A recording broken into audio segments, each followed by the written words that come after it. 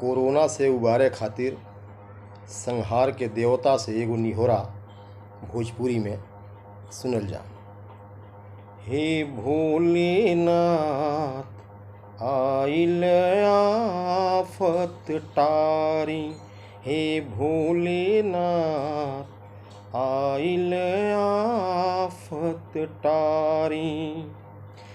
मौत नाचत बामूड़ी पर, मौत नाचत बामूड़ी पर, मानवता के उबारी।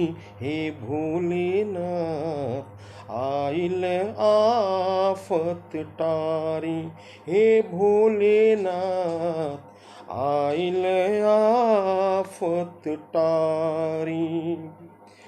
बेदेखल बेचिन्हल बैरी, पैस गइल घर घर में।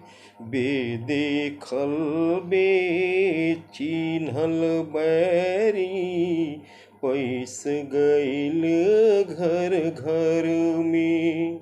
धनिक गरीब महल मड़ई में, गाँव गिराव नगर में। त केतना सासत में सब बाटे, कितना सासत में सब बाटे। एकहू बेर निहारी, ए भोलेनाथ आइल आफत टारी, ए भोलेनाथ आइल आफत टारी। डॉक्टर वैज्ञानिक लो बाटे, खोज में एकरा पागल। डॉक्टर वैज्ञानिक लो बाटे, खोज में एकरा पागल।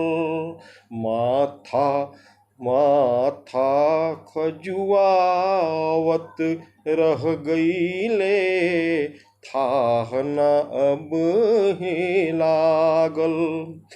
माथा खजुआवत रह गईले, थाह न अब ले लागल। त अब तयास टिकल रौरे पर, अब तयास टिकल रौरे पर, कौनो जुगुती बिचारी। हे भोलेनाथ आइल आफत टारी, हे भोलेनाथ आइल आफत टारी। बंद देखल जा कि ठमक गइल बा गति दुनिया के, भइल खूब बर्बादी। ठमक गइल बा गति दुनिया के, भइल खूब बर्बादी। रोटी ला दूलम हो जाई दुनिया के आबादी।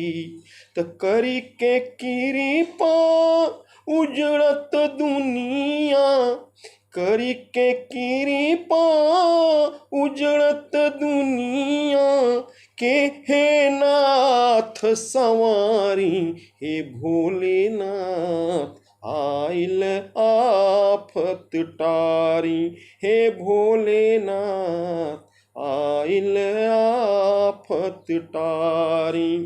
आखिर में बहुत भावुक कर देवे वाला जो दृश्य आजकल लौकता गांव में, जवार में, शहर में, टीवी मोबाइल जहाँ सुनी आदमी के अंदर ले झिझोड़ देता। ऊ दुर्दशा ऊ विपत्ति देखे के जन मिलल, ओकरा संबंध में निहोरा बा कि अंतिम किरियो भी ना विधिवत ओकरा भागी में बाटे।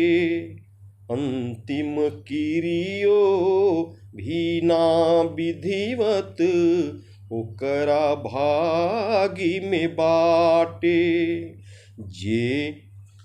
जे मुअल्लेह काल में ओकर हित मीत ना झाके।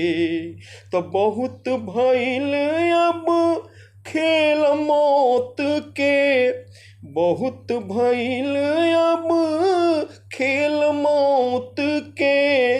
आपन तेज सम्हारी हे भोलेनाथ, आइल आफत टारी हे भोलेनाथ, आइल आफत टारी। मौत नाचत बामुड़ी पर मानवता के उबारी हे भोलेनाथ, आइल आफत टारी हे भोलेनाथ, आइल आफत टारी।